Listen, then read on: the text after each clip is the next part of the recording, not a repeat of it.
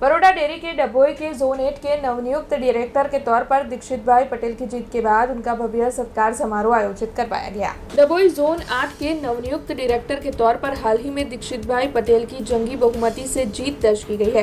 तब डभोई पटेलवाड़ी पर उनका भव्य सत्कार समारोह आयोजित करवाया गया था। इस दौरान बड़ी तादाद में डेयरी के सदस्य, पशुपालक और अग्रणी मौजूद रहे थे। इस दौरान विजेता उम्मीदवारों को वहां पर मौजूद सभी की ओर से शुभकामनाएं दी गई थी। तो वहीं इस समारोह में अतिथि विशेष के तौर पर डभोई के विधायक शैलेश मेहता, वडोदरा जिला भाजपा प्रमुख डॉक्टर बीजे ब्रह्मभट्ट के साथ अन्य कई अग्रणी मौजूद रहे थे। तो वहीं उनकी अगुवाई में डेयरी के क्षेत्र में ज्यादा विकास होने की आस भी वहां पर मौजूद अग्रणियों की ओर से जताई गई थी।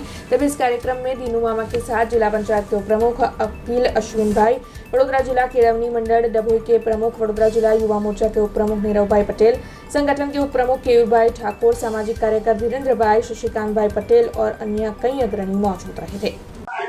તાજેતરમાં યોજાયેલી બરોડા ડેરીની ચૂંટણીમાં ડભોઈ ઝોનના ઉમેદવાર દીક્ષિતભાઈ પટેલનો ભવ્ય વિજય થયો। આજે એમનો સન્માન સમારંભ ડભોઈ નગર પટેલવાડી ખાતે રાખવામાં આવ્યો હતો।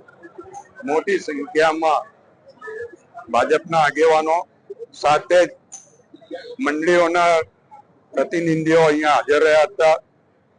ડેરીના चेरमेन दीनू मामा, वाइस चेरमेन जीवी सोलंकी सहित डिरेक्टरो आज अहींया आगळी हाजर हता अने बधाए शुभेच्छाओ आपी छे, अभिनंदन आपे छे। दीक्षितभाई जे रीते चूंटणी जीत्या छे एमनी कार्यशैलीने लीधे लोकोए बीजी वार एમને આ ચૂંટણીમાં જીતાડ્યા છે।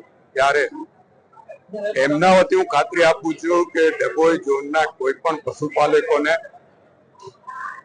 કે दूध मंडळीओने कोई तकलीफ नहीं पड़े અને જે કઈ તકલીફો એમની હશે રજૂઆત કરશે તેના પ્રશ્નો ઉકેલવામાં દીક્ષિતભાઈ અહમ રોલ નિભાવશે અને જ્યાં રજૂઆત કરવી ત્યાં રજૂઆત કરીને એમના પ્રશ્નો હલ કરશે।